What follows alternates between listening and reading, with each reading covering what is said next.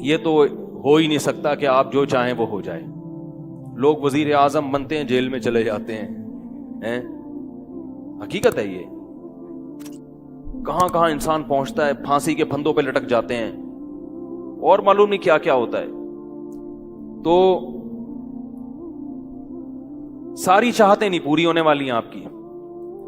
تو اب حل کیا ہے اس کا کہ بھئی ہر خواہش پوری کرو, یہ تو ہو نہیں سکتا. تو بھئی سمجھوتا کر لو. کیا خیال ہے؟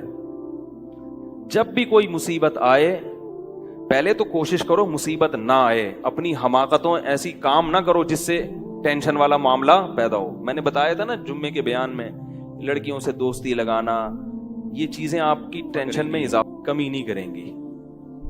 حقیقت ہے یہ. تو یہ چرس پی رہا ہے, چرسیوں میں اٹھ رہا بیٹھ رہا ہے, چرس پینے سے ٹینشن بڑھتی ہے, کم نہیں ہوتی. جب نہیں ملے گی تو پاگل ہوگا نا.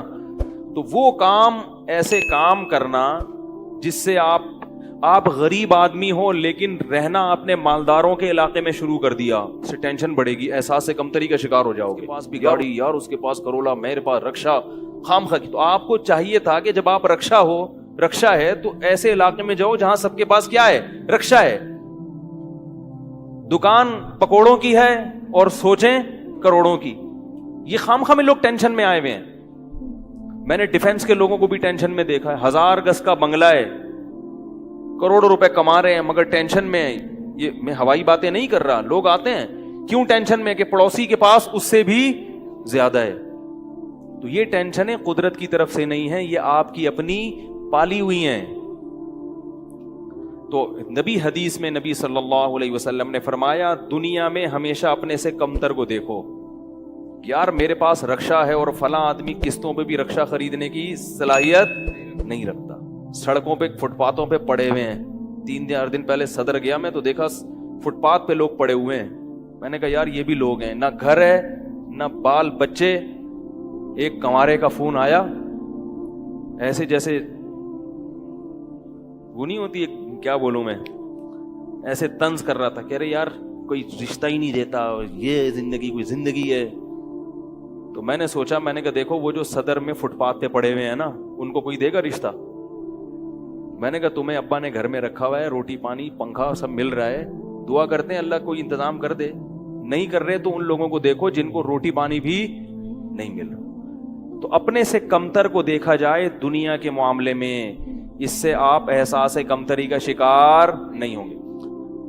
تو ٹینشن ختم کرنے کی ایک بہت بڑی ذریعہ یہ ہے کہ اگر پھر بھی کوئی مصیبت آ گئی تو تقدیر کا سوچا جائے کہ جو چیز مقدر میں ہے وہ ٹل نہیں سکتی. اور دنیا مسافر خانہ ہے, یہاں اگر ٹینشن ہے تو وہ بھی عارضی, یہاں کی خوشی بھی عارضی. ایک آدمی کے بچے بچھڑ گئے, طلاق ہوئی میاں بیوی میں, بیوی بچوں کو لے کے فرار. اب وہ میرے پاس آیا, ایسے بیچارہ, ظاہر ہے بچے تو یاد آتے ہیں, ایسے اس کی حالت خراب, سٹریس. میں نے کہا کیس کرو عدالت میں. کہہ رہے عدالت میں کیس سے کوئی فائدہ نہیں ہے, نہیں ملیں گے بچے.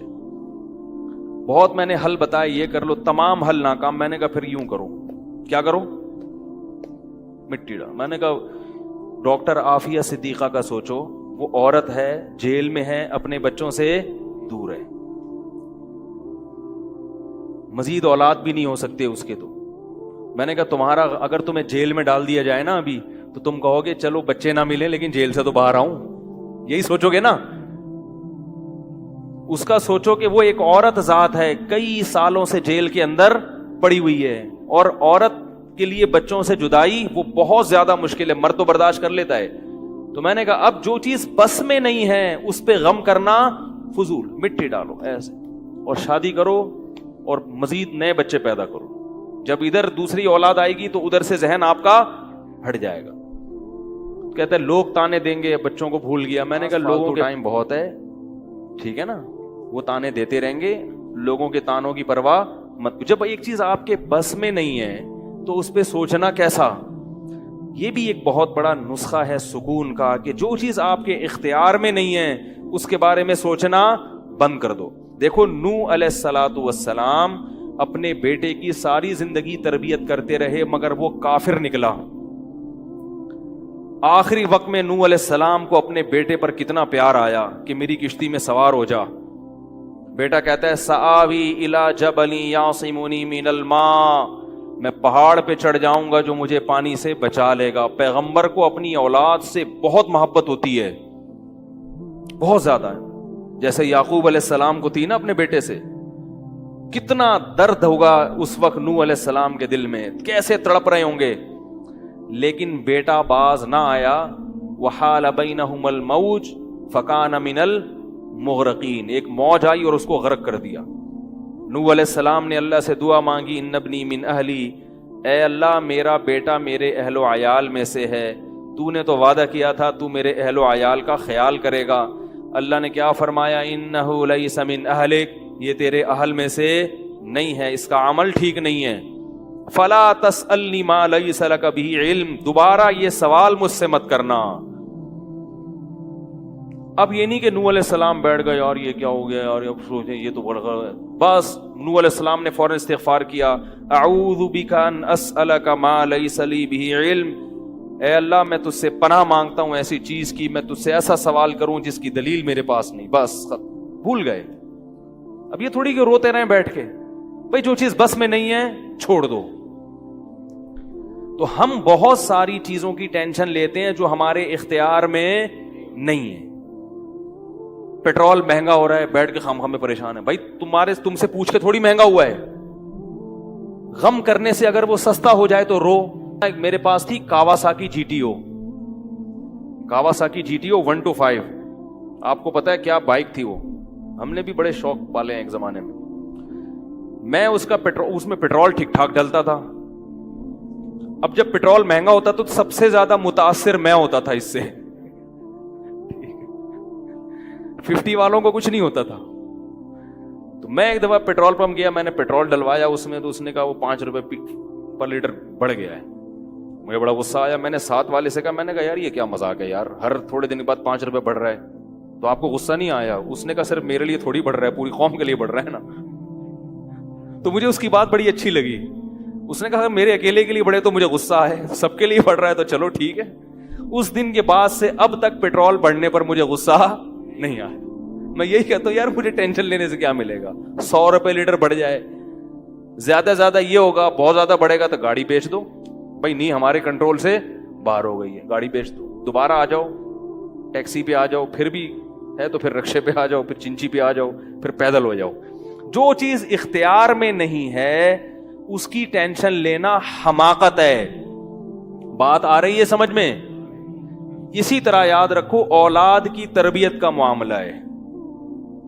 ہمارے ہاں جو لوگ نئے نئے دیندار بنتے ہیں یا پرانے بھی, وہ چاہتے ہیں میرا گھر 100% خلفائے راشدین جیسا بن جائے, جبکہ بیگم پہ کنٹرول نہیں ہوتا, وہ الگ سمت میں جا رہی ہوتی ہے. اب آپ نے ڈنڈا چلانا شروع کر دیا, بچے باغی ہونا شروع. وہ بجائے دین پہ آنے کے ابا کو مکھنچو سمجھنا شروع کر دیتے ہیں اور بغاوت پھیلتی ہے. تو بھائی آپ اعتدال سے تربیت کی کوشش کرو. ہو گئی ٹھیک ہے, نہیں ہوئی ہم سے نہیں سوال ہوگا, ہم جو کر سکتے تھے ہم نے کر لیا. تو ہم نے نا بہت ساری چیزیں, یہ ہو رہا ہے معاشرے میں غلط, یہ ہو رہا ہے, وہ والے وہ جماعت کیوں آ گئی, وہ جماعت کیوں آ گئی, وہ فلاں فرقہ کیوں بڑھ رہا ہے, یہ والے کی کم ہو رہے ہیں, وہ زور سے آمین کیوں کہہ رہے ہیں, وہ آہستہ آمین کیوں کہہ رہے ہیں, ٹھیک ہے نا, وہ رفع الیدین کیوں کر رہا ہے, وہ رفع کیوں نہیں کر رہا. میرا ایک اصول ہے, میں جب کسی ٹاپک پر بیان کرتا ہوں تو مجھے جب بھی کوئی ایسے اختلافی مسائل پر بیان ہوتا ہے نا, تو اکثر لوگوں کے پھر واٹس ایپ پہ میسج آنا شروع ہوتے ہیں, آپ نے جو یہ بیان کیا اس میں یہ والی بات, حالانکہ اس بات کا جواب اس میں موجود ہوتا ہے. تو میں پھر مزید جواب نہیں دیتا, میں کہتا ہوں پورا بیان سنیں. وہ پھر جواب بھیجتے ہیں کہ ہم نے پورا بیان سنا ہے. میں کہتا ہوں دوبارہ سنیں. کہتے ہیں سنا تو ہے, مجھے جواب نہیں ملا, جبکہ مجھے پتا ہوتا ہے جواب اس میں ہے. میں کہتا ہوں پھر تیسری بار دوبارہ سنیں, کیونکہ اس سے زیادہ کہ ہم مکلف نہیں. اب یہی تھوڑی کہ ایک ہی چیز کو لے کے پھر وہی سوال وہی جواب, وہی سوال وہی جواب. پبلک کے پاس تو ٹائم ہے, وہ تو کرتے رہیں گے اور آپ کی صلاحیتیں بیکار ضائع ہوتی رہیں گی. بھائی ہم جب ایک ٹاپک پر بات کی, پورا کور کیا اس کو, مجھے اچھی طرح معلوم ہے آپ کے ان تمام سوالات کا جواب اس میں موجود ہے. اب بار بار سوال کرو گے تو ہم نئے سرے سے جواب دے کے ٹائم ضائع. یہ ٹینشن ہے خام خواہ کی کیوں پالے؟ ٹینشن پتہ ہے کیا ہوتی ہے؟ ٹینشن یہ ہوتی ہے کہ یار اتنی تفصیل سے میں نے بیان کیا پھر بھی لوگوں کی سمجھ میں نہیں آ رہا. ہائے یہ کیا یار، یہ کیا؟ اس سے آپ خام خواہ میں آپ کے سر کے بال غائب ہوتے رہیں گے. تو ہم یہی کہیں گے اے اللہ ہم سے جو ہو سکا تھا ہم نے کر دیا. اب سمجھ میں آنا سمجھانا کس کے بس میں ہے؟ اللہ کے بس. نبی کی بات سب کی سمجھ میں نہیں آئی، اور اللہ تعالیٰ نے نبی کو کتنی تسلی دی ہیں قرآن میں. نبی کو بار بار کہا کہ آپ جو سمجھا رہے ہیں پھر بھی یہ نہیں سمجھ رہے تو ٹینشن نہ لیں. کیوں؟ نبی کو اگر زیادہ ٹینشن ہوگی تو کام کون کرے گا؟ قرآن میں سینکڑوں آیتیں ہیں جو صرف تسلی پر مبنی ہیں، جن میں نبی کو کیا دی جا رہی ہے؟ تسلی. لعلک باخع نفسک علی آثارہم، کہیں ایسا نہ ہو کہ ان کی ہدایت کے پیچھے آپ کی جان ہی ہلاک ہو جائے، یعنی غم سے. کیونکہ نبی صلی اللہ علیہ وسلم حیران ہوتے تھے کہ ان کو میں نے معجزے بھی دکھا دیے، اور میں نے بتایا کہ یہ بت ہیں جن جو نہ سن سکتے ہیں، نہ دیکھ سکتے ہیں، نہ بول سکتے ہیں، ہر طرح سے سمجھا دیا. ٹھیک ہے. اور میری 40 سالہ زندگی بھی انہوں نے دیکھی کہ زندگی میں کبھی میں نے جھوٹ نہیں بولا، امین اور صادق مشہور ہوں. اور یہ پیغمبروں کا انتظار بھی کر رہے تھے کہ ایک نبی آنے والا ہے. سب چیزیں ہو گئیں پھر بھی نہیں مان رہے، تو ٹینشن تو ہوتی ہے نا. تو قرآن نبی کو کیا کہہ رہا ہے کہ مزید ٹینشن لیں؟ نہ نہ نہ، قرآن ٹینشن کیا کر رہا ہے؟ کام. نہ نہ نہ، ٹینشن نہ لیں، ٹینشن نہ لیں. ما انت علیہم بمسیطر، آپ ان پر نگہبان نہیں ہیں، داروغہ نہیں ہیں، گن پوائنٹ پہ نہیں لائیں گے آپ کسی کو. آپ سے سوال نہیں ہوگا. آپ بلغ ما ارسل الیک من رب انزل الیک من ربک، آپ کا کام ہے پہنچانا. یہاں تک کہ اپنے سگے چچا ایمان نہیں لے کر آ رہے، جنہوں نے آپ کو پالا بچپن سے. چلو وہ تو دشمن تھے، وہ ایمان نہ لائیں تو انسان صبر کرتا ہے، یہ تو دشمن ہے. اپنے سگے چچا جنہوں نے بچپن میں پالا، کفالت کی آپ کی، 3 سال رسول اللہ صلی اللہ علیہ وسلم کا بائیکاٹ کیا ہے قریش نے. کھانا پینا بند کر دیا، شعب ابی طالب کی گھاٹی میں بند کر دیا بنی ہاشم کو، کہ ان کا 3 سال تک کوئی لنک نہیں ہوگا ان سے، تاکہ یہ رجوع کریں اپنے دین سے.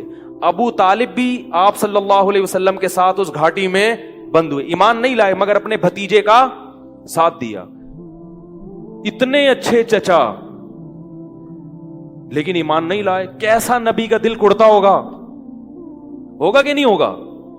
موت کے وقت آ کے نبی نے کہا کہ ایک دفعہ کلمہ پڑھ لیں تاکہ قیامت کے دن آپ کی بخشش کر سکوں، سفارش کر سکوں، آپ کی اللہ سے بخشش کی دعا کر سکوں.